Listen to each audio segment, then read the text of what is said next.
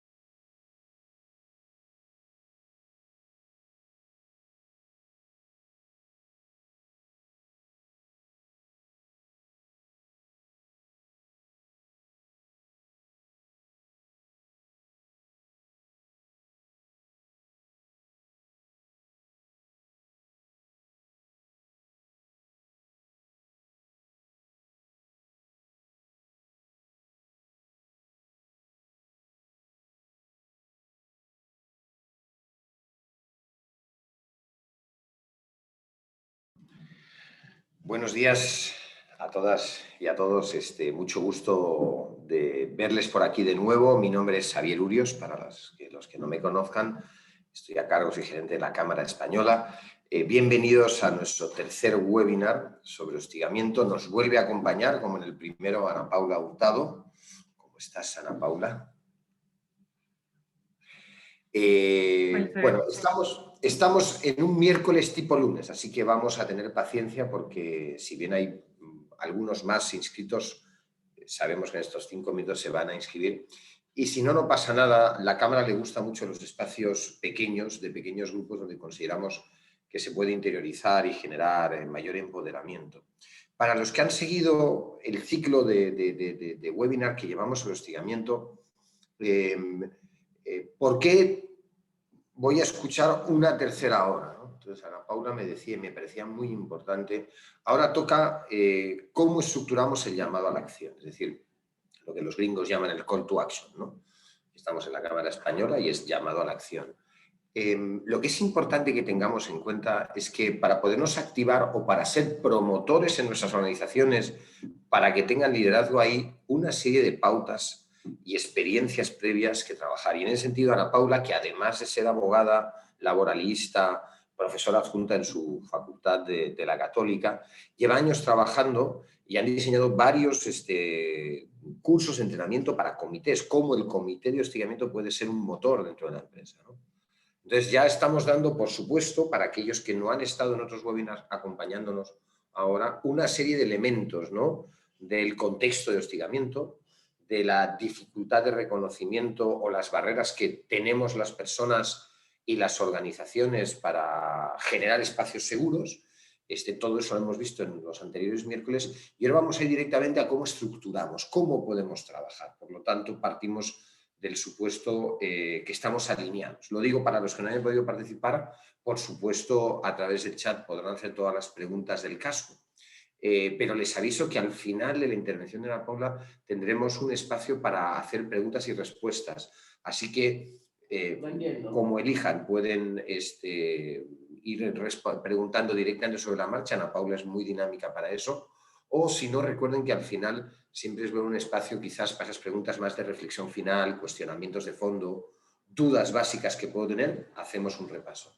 Y solo avisarles, amenazarles que me parece que vamos a requerir un voluntario o voluntaria, así que necesitaremos una sana víctima para el proceso de aprendizaje de hoy. Nada más, les dejo con Ana Paula y yo vuelvo con ustedes al final para el turno de preguntas. Muchas gracias, Xavier, por la introducción y presentación.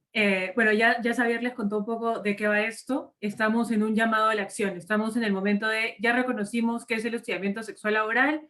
Para quienes recién se estén uniendo, hemos tenido una primera sesión en la que hablábamos de el problema del no reconocimiento y qué es el hostigamiento sexual laboral finalmente. Y solamente como para que nos acordemos, conducta de naturaleza sexual o sexista, no deseada por la persona que la recibe y que pueda generar un ambiente intimidatorio, hostil o humillante. Eso como un punto de partida. Y la data, y aquí voy a empezar a hablar un poco de ELSA, que es una herramienta co-creada entre GenderLab y el BID, el Banco Interamericano de Desarrollo.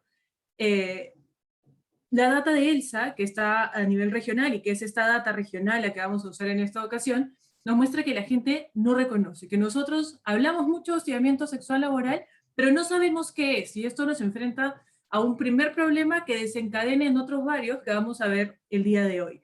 Entonces ya sin muchísima más introducción sobre lo que se viene, vamos a comenzar a ver y vamos a recordar un poco con la data ELSA, y cada vez que les diga data ELSA, los llamo a recordar que es una herramienta de diagnóstico y esto nos va a ayudar mucho a que podamos entender cuál es el problema y hacia dónde vamos. Y esto es qué es lo que podemos hacer y qué es lo que debemos hacer como organización, cuáles son las estrategias que debemos seguir como organización frente al hostigamiento sexual laboral. Y esto solamente para recordar un poco, lo vamos a ver más a detalle en un momento, pero les decía yo ya desde el comienzo, no sabemos reconocer lo que es hostigamiento o acoso sexual laboral.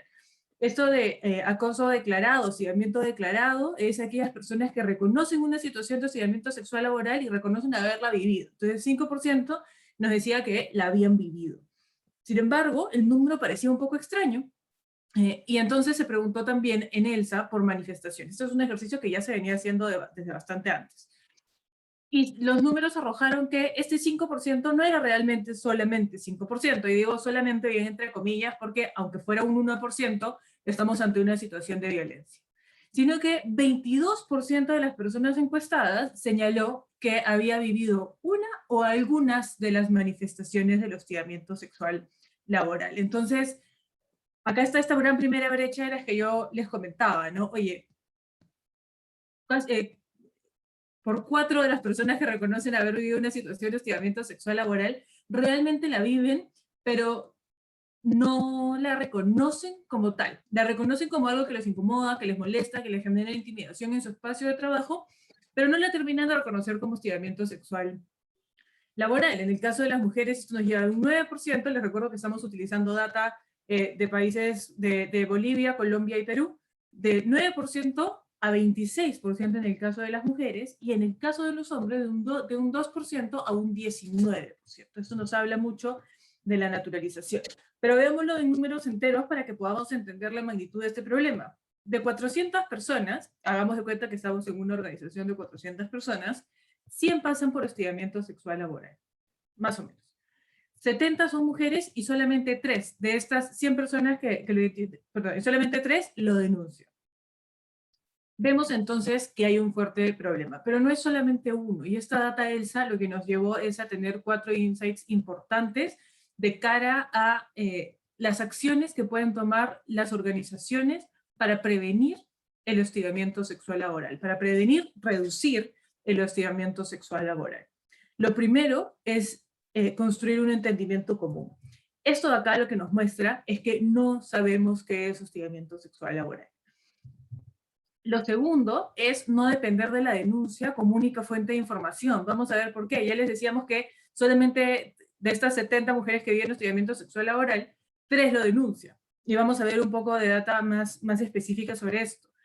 Luego, comunicar. No basta con decir, yo tengo mi reglamento de prevención y sanción frente al hostigamiento sexual laboral y ya lo compartí con todo el mundo. Tenemos que saber comunicar de forma estratégica y generar confianza. La gente tiene mucho temor por falta de confianza en quienes van a investigar y sancionar finalmente los casos de hostigamiento sexual laboral. Y finalmente, capacitar estratégicamente. La norma nos establece un montón de obligaciones actualmente y dentro de estas obligaciones nos da la obligación de capacitar en la inducción una vez al año y capacitar a nuestro comité de intervención frente al hostigamiento sexual laboral. Hacer un check en cada una de estas capacitaciones no es suficiente. Tenemos que ser estratégicos en nuestras capacitaciones, tenemos que saber enfocarlas. No basta con decir, cumplo con lo mínimo indispensable por la norma. Cumplamos, pero cumplamos a conciencia, sabiendo que este es un problema, que veamos el punto 1 nuevamente, la gente no sabe identificarlo. Partiendo de esta premisa, es como construimos todas las siguientes. La gente no sabe identificar, y cuando sabe identificar, le cuesta denunciar. La gente no sabe identificar porque además no hemos hecho una campaña de comunicación que se base en la confianza que deberían tener las personas en la organización para investigar los casos.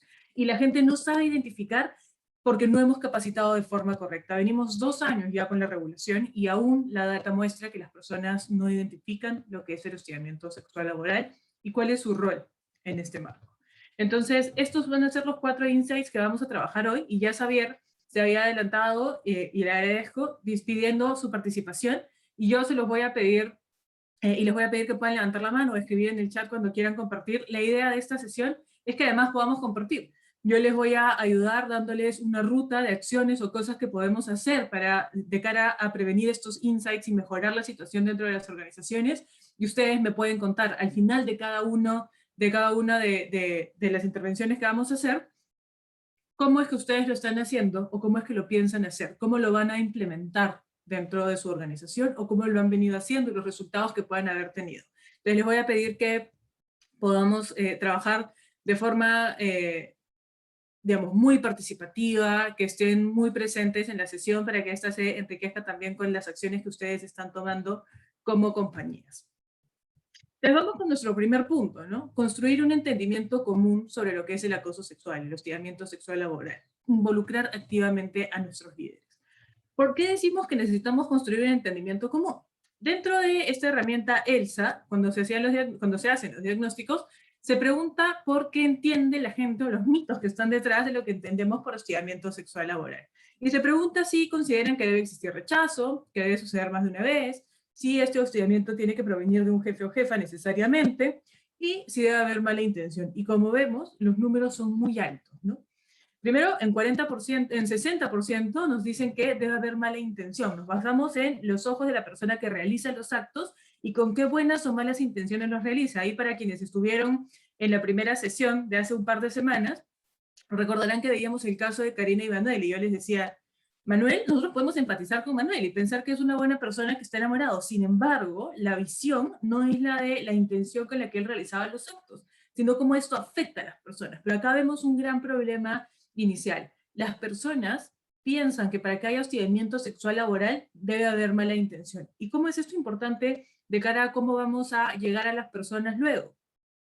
Sabemos que ahí hay un tema principal. Entonces, uno, para las personas que están realizando los actos, que sepan que independientemente de sus intenciones, pueden estar generando una situación de incomodidad o de intimidación en la otra persona. Y dos, para la persona que los reciba, que no piense que porque no tiene mala intención y es una buena persona, porque lo conoce hace un montón o la conoce hace un montón, no necesariamente, eso necesariamente significará que no hay hostigamiento sexual laboral. Esto ya nos empieza a hablar un poco de cómo enfocar la prevención en nuestras compañías.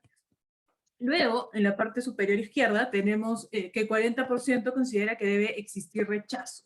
Y esto es falso, ¿no? Y ahí lo tenemos. El acoso, hostigamiento sexual laboral, no requiere que la persona a quien van dirigidas las conductas las rechace expresamente, basta con que éstas sean no deseadas. Entonces, solemos pensar que es necesario este rechazo, un punto más en el que debemos enfocar esta situación. No vamos a ahondar más porque hemos tenido sesiones para hablar de esto, digamos, a mayor profundidad. Y luego, 37% considera que los casos de hostigamiento sexual laboral deben suceder, las manifestaciones deben suceder más de una vez para que recién hablemos de hostigamiento sexual laboral. Y finalmente, la quinta parte considera que debe provenir este caso de un jefe o jefa, no piensen en el acoso u hostigamiento ambiental. Entonces, no tenemos, o sea, esta data, ahora la vamos a enfocar así, no para hablar del concepto, sino para lo que tenemos que hacer dentro de las organizaciones, nos muestra que no entendemos lo que es hostigamiento sexual laboral. Algunos piensan que se basa en la mala intención, otros piensan que se basa en el rechazo, y otros piensan que se necesita la reiterancia o que provenga de un jefe o jefa. La realidad es que basta con los 3 elementos que les mencioné hace un rato: conducta de naturaleza sexual o sexista, no deseada por la persona que la recibe y que pueda generar un ambiente de trabajo intimidatorio, estilo humillante. Ese mensaje no ha llegado todavía a los trabajadores y trabajadoras. Y uno puede decir, bueno, pero yo tengo mi política, ¿no? O sea, la norma peruana exige que tengamos una política, y incluso en otros países, aunque no lo exige la norma, se tienen políticas sobre prevención del hostigamiento sexual laboral. Y uno dice, bueno, la tengo, no necesito más. Sin embargo, este gráfico lo que nos muestra es cómo las personas, dependiendo de su nivel jerárquico, van conociendo. Entre más bajamos en la pirámide, menos se conoce las políticas. No es cierto que tener una política, así como tener una ley, no hace que se cumpla. No es cierto que tener una política haga que inmediatamente la gente sepa lo que ésta dice y lo pueda entender. Es necesario que generemos un entendimiento común y que lo podamos ligar con nuestro segundo elemento que vamos a ver en un ratito, que es la comunicación eficaz, ¿no? Y luego esto de acá, ¿no? Que este gráfico nos habla principalmente sobre la tolerancia que tenemos. Tenemos altísima tolerancia a lo que nos aparece aquí a la izquierda, ¿no? Hostigamiento de género, comentarios o bromas de orientación sexual, identidad de género, son altamente tolerados. Bueno, es ahí sobre todo donde tenemos, no sobre todo, pero donde también tenemos que enfocar nuestras acciones. En todas estas conductas que están generando situaciones de incomodidad, de intimidación, aunque estén altamente normalizadas. Como no entendemos lo que es hostigamiento sexual laboral, seguimos naturalizando y normalizando. Como no entendemos lo que es hostigamiento o acoso sexual laboral, seguimos realizando las conductas, ¿ok? Y es bien importante que tengamos esto en consideración. Y la pregunta inicial con la que voy a partir ahora es, ¿qué están haciendo ustedes dentro de sus organizaciones? Que va a estar ligado seguramente con el segundo, tercer y cuarto punto, para generar este entendimiento común. No vale decir, tengo mi política de prevención y sanción del hostigamiento sexual laboral. Eso nos lo pide la norma. ¿Qué estamos haciendo actualmente? Y ahí si alguien quiere intervenir o comentar, nos puede escribir por el chat o levantar la mano. Seguramente nos va a adelantar un poco hacia los siguientes puntos, pero para eso está esta sesión y para que podamos conversar. Ahí mientras se van animando. Quizás conforme vayamos avanzando con los siguientes puntos, se vayan animando viendo cosas más concretas y situaciones más concretas. Nuestro segundo punto es no depender de la denuncia como única fuente de información. Solemos pensar que, bueno, nos ha sucedido mucho a nosotras en el acompañamiento y asesoramiento de compañías, que nos digan, bueno, pero es que no tengo denuncias, no tengo un problema real. Y eso no es necesariamente cierto. De hecho, no ha sido cierto en la mayoría de casos. Usted por ahí nos cuenta, Ana Lucía, tenemos un programa No es No, interesante, interesante eso, podemos conversarlo un poco más adelante sobre esto. Interesante también abordar esto de este consentimiento, ¿no? ¿Qué significa consentimiento? ¿Qué no significa consentimiento? Y la necesidad del rechazo. Lo podemos conversar más adelante también, anoto el comentario también para conversarlo después, pero estas campañas de comunicación que establecen límites y demás, suelen ser efectivas. Hay que tener un enfoque de género bien particular en cada una de estas campañas, pero suelen ser efectivas y suelen llegar a todos los trabajadores. No hay una fórmula que necesariamente, yo no les puedo venir y decir, bueno, esta es la fórmula perfecta para comunicar, porque cada compañía también es diferente, ¿no? No es lo mismo una empresa de retail que una empresa del sector financiero, que una empresa de minería o de pesquería. Pero en general estas campañas y darles identidad propia suele ser una buena práctica. Entonces les decía yo, no depender de la denuncia, ¿no? Y esto ya lo veíamos en la parte inicial de la presentación, cuando yo les hablaba de los problemas que tenemos alrededor del hostigamiento sexual laboral, ¿no?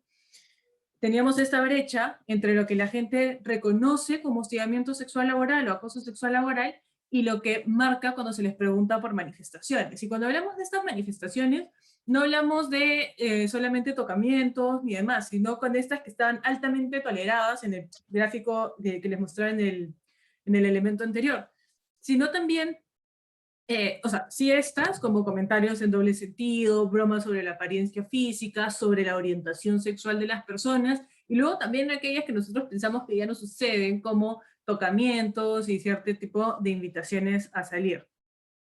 Pero entonces, veíamos que este número crecía, pero vemos que este número crece, y incluso, y más allá de esto, cuando hablamos de este 5% de personas que efectivamente reconoce haber vivido una situación de hostigamiento sexual laboral, que aquello que vivió le puso en ese momento el nombre de hostigamiento sexual laboral, tampoco se animan a denunciar. 6% utiliza los canales de denuncia oficiales. Tengo mi canal ético, tengo un correo ético, tengo una línea a la que se puede llamar. Bueno, 6% del 5% de personas que reconoce haber vivido por una situación o haber pasado una situación de hostigamiento sexual laboral acuden a estos canales. 10% habla con recursos humanos.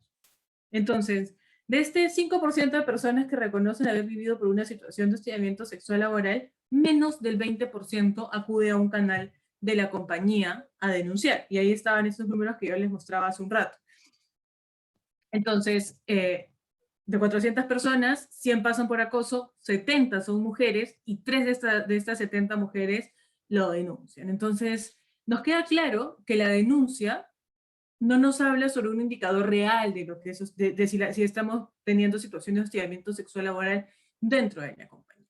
Entendiendo esto, precisamente, es que la norma peruana ha establecido la obligación de generar un diagnóstico sobre hostigamiento sexual laboral, sobre manifestaciones, si la gente denuncia, si la gente lo vive y demás. Y es importante tener esto en consideración, y tenerlo en consideración a conciencia. No bastará con preguntar si has vivido o no situaciones de hostigamiento sexual laboral. Entendamos el problema por el que estamos pasando. Seamos conscientes de la situación que está pasando realmente en nuestra compañía para que podamos hacer el tercer punto, que es el que viene en un ratito: comunicar de forma eficaz. Si nosotros no sabemos dónde estamos, si no tenemos una línea de base, si no lo hacemos a conciencia, no vamos a poder identificar las situaciones reales que están viviendo las personas dentro de nuestra organización. Entonces, es importante que tengamos esto en consideración y no pensemos en, bueno, pero tengo 2 denuncias de hostigamiento sexual laboral en 5 años. Comencemos a hablar. Primero, hagamos el primer paso.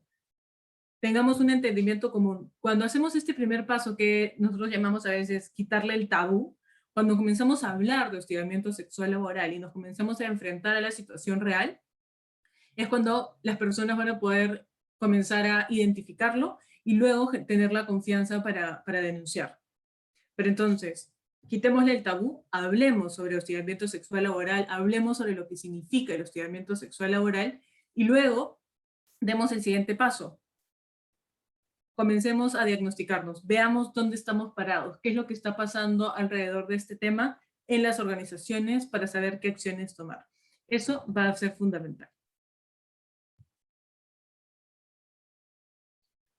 De ahí viene esta parte: comunicar. La confianza en la organización se construye. Las personas no denuncian. Decíamos hace un momento que no podemos depender de la denuncia. ¿Y por qué no podemos depender de la denuncia? Porque la gente no denuncia porque no tiene confianza. Veamos. Se ha movido acá el gráfico, pero veamos por qué la gente no denuncia. No denuncia principalmente porque tiende a ser vista como una persona problemática en el trabajo. ¿Ok? Teme a ser juzgada por denunciar, finalmente. Esto es lo que está aquí. Hay un temor a ser mal vista en el trabajo por presentar una denuncia. El segundo punto es tenía vergüenza. Casi 40% de las personas encuestadas que manifestaron haber vivido una situación de hostigamiento sexual laboral y que no denunciaron, dijeron que tenían vergüenza. Bueno, ahí porque no tenía pruebas. Y esta de acá, que es súper importante, es miedo a perder mi trabajo. Entonces, estos dos que están resaltados se leen de forma conjunta, ¿no? miedo a ser vista como una persona problemática en el trabajo y que esto pueda afectar mi relación laboral, aunque no necesariamente piense que lo vaya a perder. Y finalmente uno que es mucho más fuerte, que está casi en el 25%, es miedo a perder mi trabajo. Entonces es súper importante que tengamos esto en consideración. Estos son temores reales por los que pasan las personas y que tienen las personas. Es importante abordarlos y entender esta problemática para saber que la denuncia no va a ser nuestro estándar de medición. Tener más o menos denuncias no va a ser necesariamente un indicador. ¿Cuáles van a ser nuestros indicadores? Nuestros indicadores se van a basar en nuestros diagnósticos. ¿Cuántas personas reconocen haber sido víctimas de hostigamiento sexual laboral? Y sobre todo el de manifestaciones. Cuando podamos bajar nuestros porcentajes de manifestaciones, sabremos que hemos llegado y el mensaje ha calado realmente en las personas. De estas dos caras de la moneda, ¿no? De quien realiza los actos, porque lo dejaron de hacer, o porque las personas también los identifican. Y cuando veamos que esta brecha entre el acoso declarado que les decía de cuando las personas reconocen haber vivido por una situación de hostigamiento sexual laboral y las manifestaciones se acorten. Ahí podemos decir que las personas están entendiendo lo que es el hostigamiento sexual laboral y que está disminuyendo en el caso que las manifestaciones bajen. ¿Cuándo va a ser un indicador importante las denuncias? Cuando veamos que de las personas que reconocen haber vivido una situación de hostigamiento sexual laboral, el porcentaje que acude a denunciar incrementa. No, el indicador no puede ser recibir más denuncias.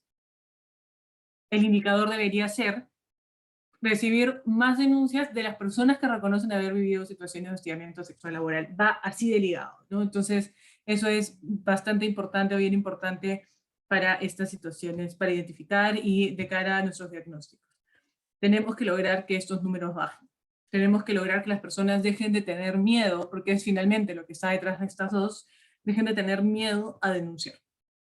Eso va a ser importante de cara al trabajo que estemos realizando. Se ha movido aquí, pero mil disculpas. Y entonces la clave está en la comunicación, ¿no? ¿Por qué la gente no denuncia? Y veamos esto. Porque 38% no cree que recursos humanos esté capacitado. En el Perú tenemos un comité de intervención frente al hostigamiento sexual laboral que investiga los casos y recursos humanos que va a ser finalmente quien sancione. Y tenemos la obligación de generarles una capacitación especializada. Nosotros, por ejemplo, damos capacitaciones de 8 o 9 horas para esos comités y personas a cargo de la investigación. Sucede que la gente no lo sabe. No lo sabe y piensa que no están capacitados y que no están entrenados para atender estos casos. Porque las personas a cargo de la investigación y sanción de los casos de hostigamiento sexual laboral no solamente tienen que tener, que es un punto importante, pero no solamente tienen que tener la capacidad de identificar las situaciones de hostigamiento sexual laboral y usar pruebas para decir que sí lo hay o no lo hay, sino que tienen que tener desarrollada la capacidad para utilizar los principios de la norma, no revictimizar y tener confidencialidad en los procedimientos. No basta con que sepan decir sí hay hostigamiento sexual laboral y que sepan decir no hay hostigamiento sexual laboral, sino que sepan manejar los casos y sepan entender cómo acercarse a una persona denunciante, que es una posible víctima, y también cómo acercarse a una persona denunciada, cuál es la situación que deben generar, cómo acercarse realmente, cómo no revictimizar. ¿Tengo que hacer las preguntas 10 veces o solamente una? Y esto, no basta que se esté realizando este tipo de capacitaciones, sino que lo tenemos que comunicar. Las personas tienen que saber que tienen esas capacidades, si no, el indicador no va a mejorar. ¿Ok? Luego, 36% de las personas encuestadas considera que los casos no podrían o no se manejarían de forma imparcial. Esto viene acompañado de que las personas no saben que existe este comité. Está el temor de la persona que me hostigó, o si la persona que me hostigó tiene un alto cargo dentro de la compañía o es muy conocido dentro de la compañía, este caso no se va a investigar de forma imparcial. Entonces, hablar con la gente, decirles que existe este comité de intervención frente al hostigamiento sexual laboral, que está formado por 4 personas, 2 son escogidos por los trabajadores, 2 son escogidos por los empleadores, que han sido entrenados, que hay paridad de género, va a ser importante para mejorar la sensación de imparcialidad. Comentar de forma global y guardando confidencialidad, de forma anual, que se recibieron tantos casos de hostigamiento sexual laboral que se resolvieron de tal manera, va a ayudar a reforzar esta baja percepción de imparcialidad que hay dentro de las organizaciones. La cuarta parte considera que los casos podrían manejarse sin confidencialidad. ¿Okay? Y ese es un temor bien grande porque recuerden que, perdón, voy a recordarme el número, que el número de personas que teme ser vista como una persona problemática en el trabajo alcanza un poco más del 50%. Entonces, hay un temor natural a presentar la denuncia y que todo el mundo se va a enterar de la denuncia, que no se maneje un caso con confidencialidad, da mucho temor y revictimiza. Un caso manejado sin confidencialidad, que se filtra por todos lados, que las personas de recursos humanos están hablando entre ellos y los del comité entre ellos y con más personas fuera del espacio propio para hablar de estos temas, sobre el caso, genera mucho temor y genera que las personas finalmente opten por no denunciar, que es el tema principal que está detrás de todo esto. Y finalmente, tolerancia cero. Y acá me voy a detener un poquito. 30% cree que no hay tolerancia cero frente al hostigamiento sexual laboral. Y les quiero preguntar a ustedes, ¿qué es tolerancia cero frente al hostigamiento sexual laboral? ¿Qué es tener una política, que seguramente todas sus compañías la tienen, de tolerancia cero frente al hostigamiento sexual laboral? Y les pido su participación, puede ser por el Q&A, puede ser por el chat, por donde se sientan más cómodos. Por ahí, actuar desde la primera señal detectada. Eso está muy bueno y nos habla sobre qué hacer del lado de la investigación y sanción, ¿no? Pero ahí les quiero recordar que el hostigamiento sexual laboral, a mí me gusta mucho decir que es como una moneda, ¿no? O sea, todo lo que trabajamos de cara al hostigamiento sexual laboral es como una moneda. Una de las caras es, sin duda, la investigación y sanción. Y la otra, que es tan importante como la investigación y sanción, es la prevención. Sin duda, lo que nos comentan ahí en la sección de preguntas y respuestas, de actuar desde la primera señal detectada va a ser fundamental. De esta cara, ¿no? De actuar ante una situación de hostigamiento sexual laboral. De ahí también nos ponen por el chat, ¿no? Tolerancia cero es no permitir actos de hostigamiento sexual laboral en el centro de trabajo. Y también esto está relacionado con la parte de investigación y sanción. Y es importante estas dos cosas que nos mencionan por el chat y por la sección de preguntas y respuestas. Pero hay algo más, ¿no? Es prevenir. Esto que les decía de quitarle el tabú, también es tolerancia cero frente al hostigamiento sexual laboral. Hablar sobre las manifestaciones del hostigamiento sexual laboral también es tolerancia cero. Tolerancia cero no es solamente investigar y sancionar, como corresponderá si encontramos que sí hay hostigamiento sexual laboral. Me gusta que ustedes no me hayan dicho, por ejemplo, esto de despedir a las personas denunciadas, porque no, lo que uno tiene que hacer es investigar y sancionar de acuerdo a la proporcionalidad que corresponda, ¿no? Podrán haber muchas manifestaciones de hostigamiento sexual laboral que con una suspensión de 3 días estarán bien, ¿no? La norma, de hecho, por eso nos ofrece los 3 tipos de sanción, ¿no? Amonestación, suspensión o despido. Entonces, es importante eso, o sea, tolerancia cero no es andar despidiendo a todo el mundo, tolerancia cero es prevenir, quitarle el tabú, hablar sobre el tema, que todos seamos capaces de reconocer las situaciones de hostigamiento sexual laboral, para no realizarlas y para denunciarlas cuando cuando las vivamos, ¿no? Y luego, para investigar y sancionar. Entonces, es bien importante tener esto en consideración. Tolerancia cero no es despedir. Tolerancia cero es prevenir e investigar y sancionar. Entonces, eso es súper importante. Y quisiera saber si alguien quisiera compartirnos, además de las personas que nos han escrito por la sección de preguntas y respuestas y por el chat, qué es lo que están haciendo ustedes dentro de sus organizaciones para mejorar estos indicadores que les muestro acá, ¿no? ¿Cómo mejoramos la percepción de que se crea que recursos humanos no está capacitado? ¿Cómo es que estamos haciendo para mejorar la percepción de imparcialidad o la de confidencialidad? Sobre todo la de tolerancia cero. ¿Qué están haciendo ustedes dentro de sus organizaciones? Yo les hablo sobre lineamientos que pueden seguir, sobre dónde está el problema, y ustedes me van a poder comentar un poco más de su implementación, desde qué es lo que están haciendo ustedes en el día a día. No sé si alguien se anima a comentarnos. Si alguien quiere hablar también puede levantar la mano y les vamos a dar la opción de poder hablar.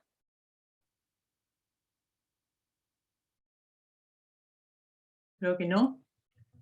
Esto del miércoles con sabor al lunes, creo que, a ver, por ahí nos están diciendo, concientización mediante charlas. Gracias, Ana. Importante, ¿no? Las capacitaciones. Las capacitaciones van a ser importantes y fundamentales, y precisamente eso es a lo que vamos a ir con el segundo, perdón, con el cuarto punto de esta sesión. Capacitar estratégica y creativamente. No basta, digamos, y estoy segura que así lo hacen, no basta con cumplir con las capacitaciones. ¿Por qué? Porque los métodos tradicionales no necesariamente funcionan. Hay una historia larga de capacitaciones obligatorias y prácticas que son también discriminatorias, sobre prácticas que son discriminatorias. 75% ya las tenían en el 97. Esto empieza además en Estados Unidos, ¿no? Esto comienza en Estados Unidos en los años 90, a mediados o finales de los años 90, en Nueva York. Y se empiezan a dar la obligación de capacitar, que hoy la tenemos también acá. Sin embargo, solamente capacitar no cambió la situación. La data de esa nos muestra que hay un 40% de mujeres que son acosadas sexualmente en el ambiente laboral, y esto no cambia desde los 80, pese a que ya se pasó también por esta obligación en Estados Unidos de capacitar a todo el mundo. Entonces, las capacitaciones tradicionales necesariamente funcionan. No necesariamente. ¿Y por qué no funcionan estas capacitaciones tradicionales? Porque suelen estar, y esto es importante anotarlo de cara a las capacitaciones que vayan a dar dentro de sus compañías, suelen estar enfocadas en comportamientos masculinos que hay que eliminar. Entonces se pone a los hombres como antagonistas de la situación, y lo primero es, o sea, esto genera resistencias, por varios motivos. A nadie le gusta ser el antagonista de la historia. ¿Okay? Y porque no se reconoce la situación de hostigamiento sexual laboral, y porque los hombres también viven situaciones de hostigamiento sexual laboral. En mucho menor medida que las mujeres, sí, es cierto, pero cuando los ponemos como los antagonistas de la historia, lo que hacemos es desconocer que ellos también viven estas situaciones. Lo que hacemos es negar que ellos también vivan estas situaciones, y la resistencia se eleva. La resistencia crece bastante más de lo que debería. Entonces, es importante no poner a los hombres como los antagonistas de la historia. Todos tenemos que ser, todos y todas tenemos que ser agentes de cambio. Es esto, ¿no? Antes se ponía a los hombres como antagonistas, como el problema. El problema está en ellos. Y no es cierto, ¿no? Todos y todas tenemos un deber de agentes de cambio, un deber de terceros dentro del problema, de qué es lo que podemos hacer para prevenir y disminuir las situaciones de hostigamiento sexual laboral. Entonces, y esto, hay varias investigaciones que señalan que no ha tenido resultados positivos, ¿no? O sea, claramente por lo que les comento. Un segundo punto es hacer capacitaciones a gerentes, a personas, a gerentes y en general a personas que tengan a cargo equipos. ¿Ok? Esto va a ser súper importante de cara a la prevención. ¿Por qué? Porque 21% de las personas que viven hostigamiento sexual laboral y lo reconocen como tal, hablan con sus jefes inmediatos. 6%, no, 10% usa los canales éticos, 6% va a recursos humanos, pero 21% va con sus jefes inmediatos. ¿Ok? Por eso ahí les ponemos, ¿no? Funciona porque el acoso es presentado como un reto que todos los gerentes, tanto hombres como mujeres, tienen que enfrentar. Las personas, la quinta parte de las personas que viven situaciones de hostigamiento sexual laboral, acuden a sus jefes inmediatos. ¿Ok? Y su rol como su rol como terceros, como personas cercanas, no genera reacciones a la defensiva ni mayores resistencias. Formar parte del mismo ambiente, ser la gente que comparte tu día a día, genera que no hayan estas resistencias fuertes, ¿no? Y que los hombres sean parte de la solución y no parte del problema también va a ser fundamental. Más del 60% de las personas que no denuncia recurre a otra persona de la organización. O sea, ya hablamos del rol de los líderes, de los jefes, de las personas que tienen personas a cargo, y ahora hablemos del rol de los terceros. Y casi digo del bystander, y estuvo mal. Pero hablemos del rol de los terceros. Estas situaciones en las que yo veo que está sucediendo, veo que está incomodando a la otra persona, veo cómo esto está afectando a la otra persona y no hago nada. Yo como tercera, yo como una persona que ve la situación, tengo un rol también. Tengo una función para prevenir el hostigamiento sexual laboral. todos tenemos un rol importante en esto. ¿Cuántas veces hemos visto situaciones que puedan estar sucediéndoles a nuestros compañeros o compañeras y que finalmente no llegan a nada, no se investigan, no se sancionan, pero sobre todo no paran?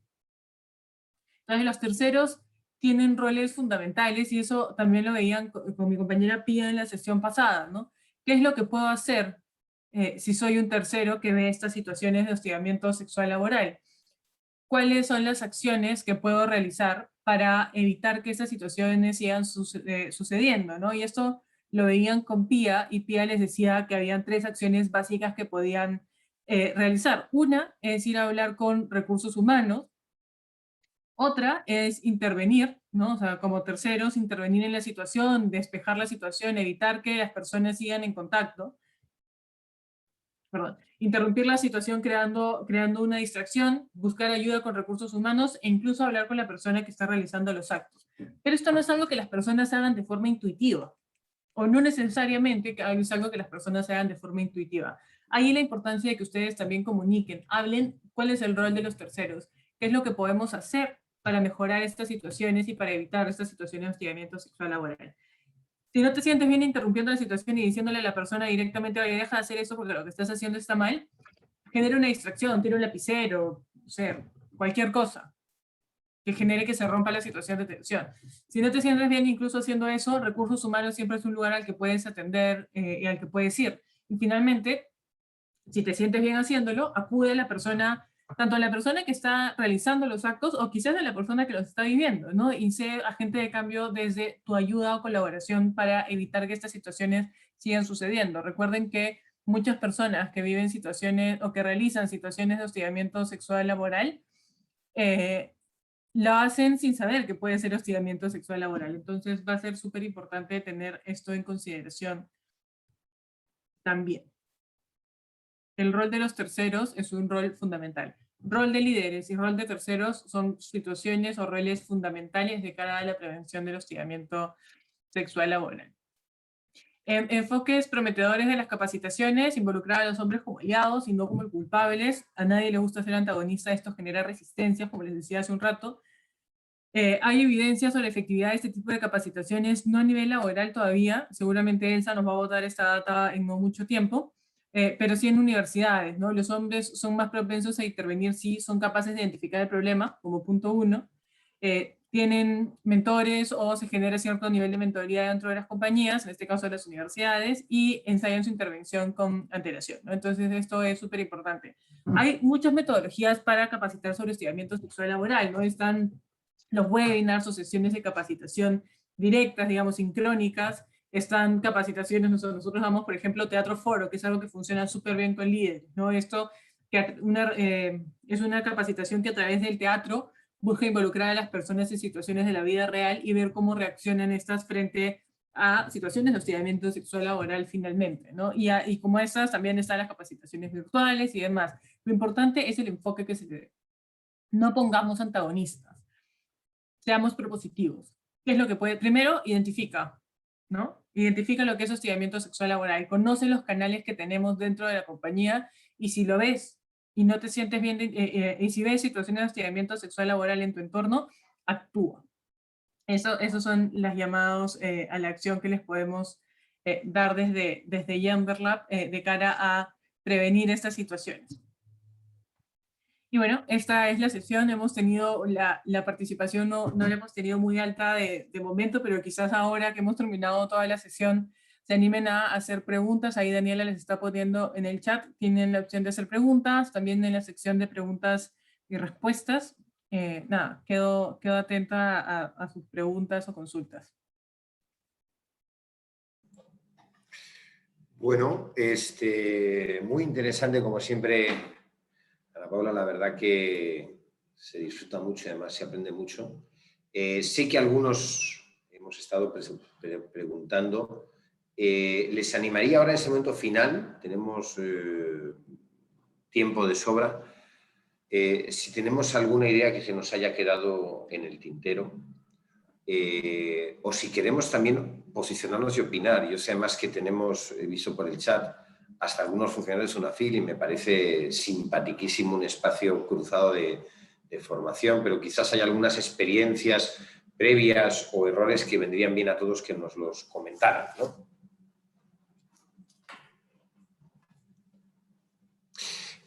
Mientras llegan las preguntas, yo tengo algunas, mitades de la curiosidad, mitades de la realidad.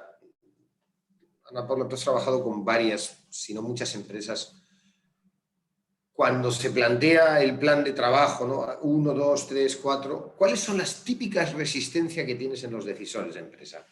Es decir, ya te han contratado, te han pagado una consultoría, están convencidos que van a cambiar el mundo y van a ser la empresa de referencia, y al cabo de las primeras charlas tú empiezas a bajar la realidad y empiezan a ver los peros, tensiones. ¿Cuáles son los problemas con los decisores, con nuestros jefes, ¿no? Yo quiero llevar a cabo, ¿qué es lo que tengo que mentalizarme que me voy a encontrar? Barreras, distancias, temores, inseguridades por parte del decisor presupuestario y de clima laboral. Yo creo que acá los riesgos no solo es dinero, sino, no me alteres la cultura corporativa, ¿no? Sí, o sea, de hecho, en muchos casos llegan a nosotros ya con la decisión tomada, con una propuesta y demás aceptada, porque efectivamente hay un tema económico también de por medio, pero lo que genera muchas resistencias es que esto va a romper mi clima laboral.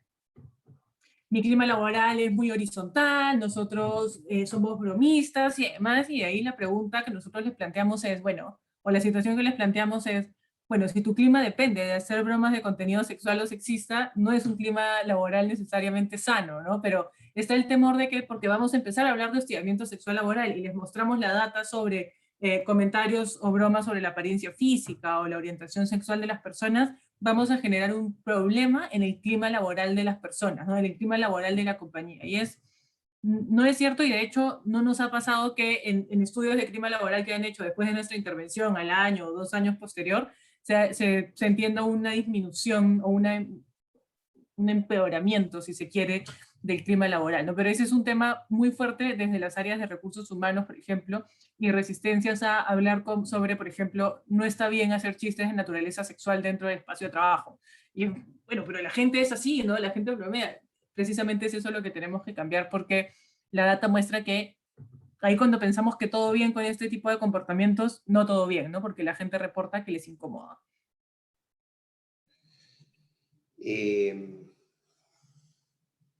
Hemos decidido poner en marcha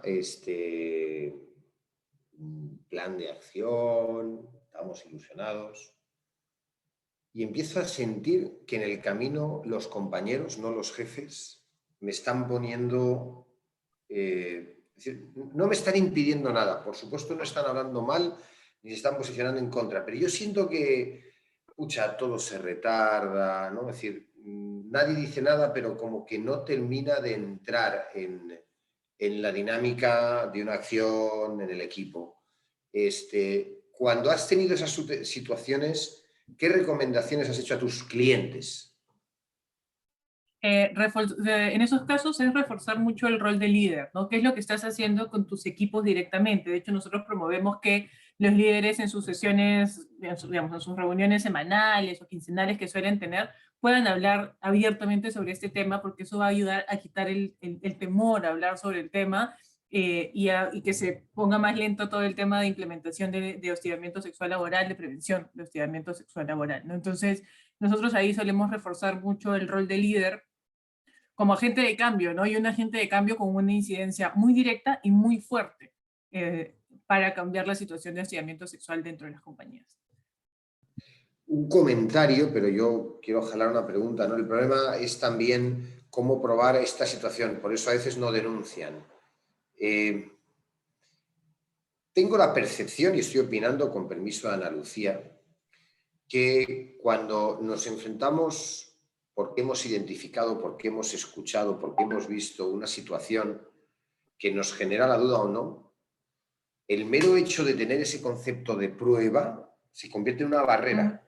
Yo recuerdo una experiencia que tuvimos en la oficina, en un evento en la Cámara, donde hubo una actitud de una persona que había tomado copas y se puso, en términos, digamos, machistas, cariñoso, bueno, pues tocó el trasero a una chica, mordió el cuello a otra, se enfrentó al novio a una tercera. Es decir, A mí me parece que la gente interprete como quiera, pero yo lo quería expedientar, lo quería empapelar. Y no pude porque nunca conseguí que las personas implicadas hicieran cualquier tipo de testimonio, ¿no?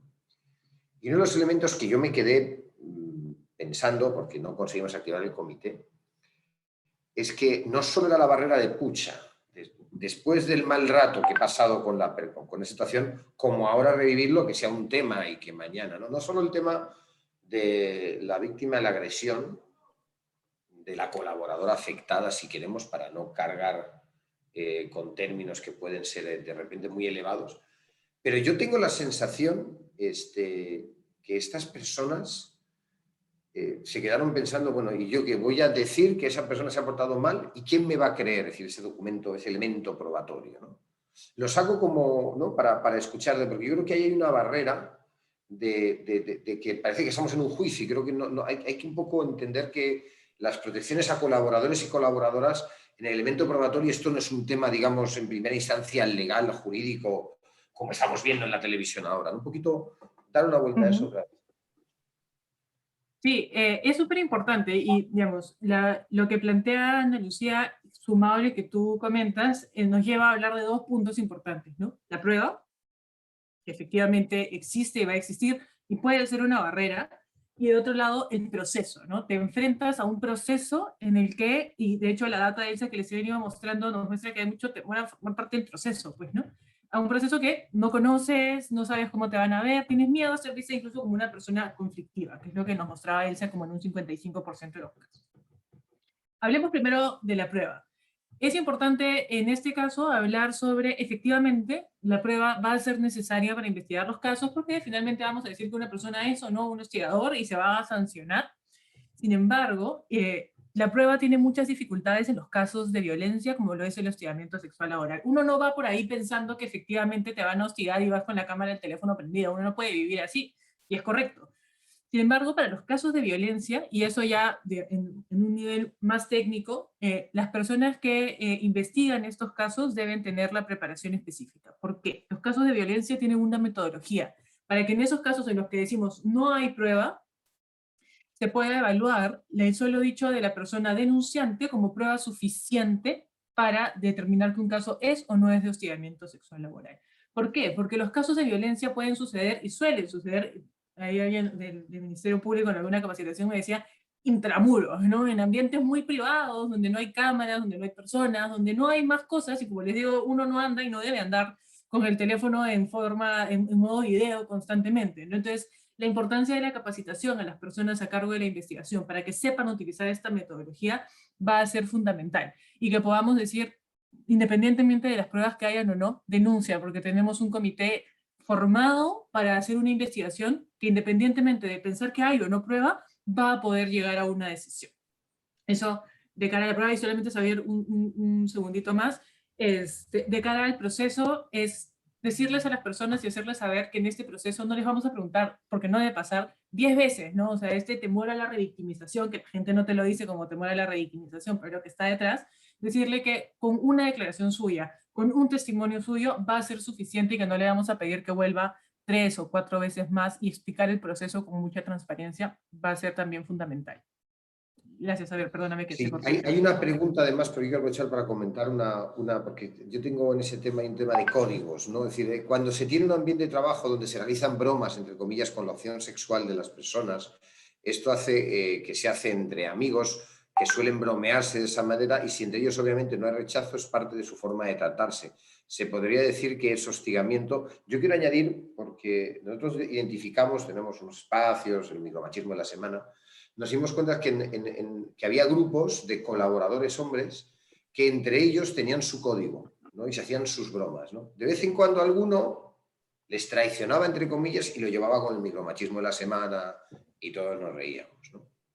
Y llegamos a una suerte de consenso, y aquí lo digo más para que me diga Ana Paula si estamos de acuerdo o no, y era, mira, si yo estoy hablando con una persona en privado, viva voz, teléfono, chat, y no tengo nadie que me escucha, y yo tengo una forma de relacionarme con ella y tengo un código donde le puedo utilizar ciertos comentarios, digamos, que eran en el ámbito privado, y ahí hablaría de machismo, sexismo, en fin, digamos, donde dos personas que consienten tienen un código, digo, yo no veo ningún problema, digo, pero en la medida en la que se arme un grupo en la oficina, más te vale que estés 100% seguro que ese comentario sexista, racista, de género, y estoy intentando un poco abrirlo para que sea más fácil comentarlo, ¿no? El tema del racismo es muy sutil en las oficinas, ¿no? También, pero lo digo como de eso para poder llegar al tema del hostigamiento, ¿no? Pero digo, asegúrate, porque primero, como un día confíes en una persona y una persona se siente ofendida, te va a traer al espacio. Y yo le decía en broma, y te puede llevar al comité,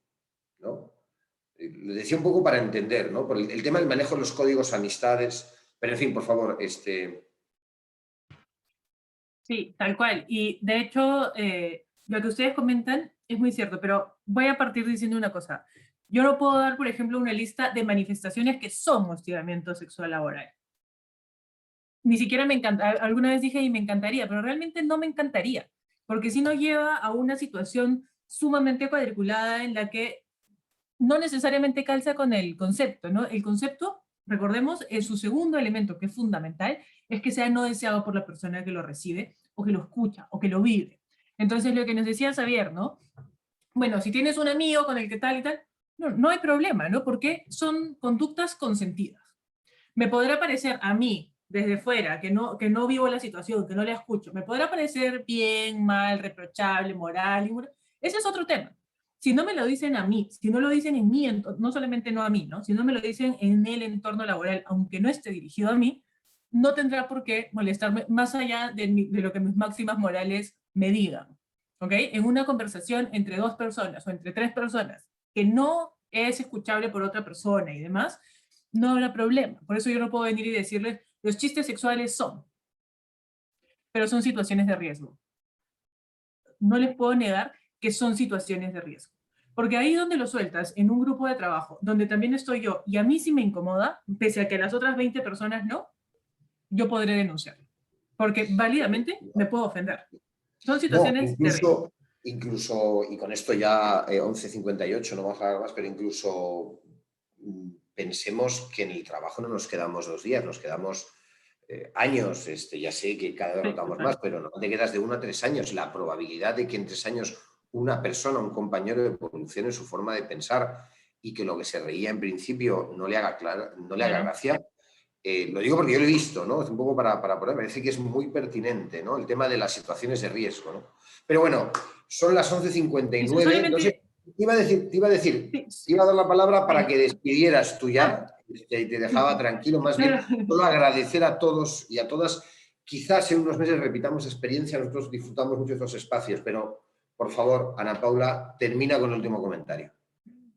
Perdóname, Xavier, que te dije, sino que quería redondear solamente sobre lo anterior de los comentarios, es, si lo hacemos entre dos personas, pero luego en el comedor de la compañía, también se está afectando el ambiente de trabajo de los otros. Si lo vas a hacer entre dos personas, que sea entre dos personas, no en un ambiente común que también pueda ser escuchado, porque independientemente de que no sea dirigido hacia mí, el ambiente de trabajo se puede tornar sexualmente hostil. Solamente como para redondear eso, Xavier, mil disculpas. Que no se me quede la idea en el aire. Y nada, agradecerles. Desde GenderLab hemos estado encantadas de formar parte de estas 3 sesiones que hemos venido hablando desde reconozcamos el problema, veamos las manifestaciones usuales y hasta este llamado a la acción. ¿Qué podemos hacer como compañías frente a las situaciones de hostigamiento sexual laboral que la data hoy en día ya digamos nacional y regional nos muestra? Y nada, para cualquier duda o pregunta, ahí estuvieron mis contactos en la presentación, y si no, a través de la cámara, vamos a estar encantadas de absolverlas cuando ustedes quieran. Muchas gracias. Muchas gracias, Ana Paula.